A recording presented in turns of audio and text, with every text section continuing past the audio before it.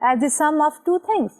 R is equal to D1 over P naught plus G, where D1 over P naught is our dividend yield and G is our growth rate.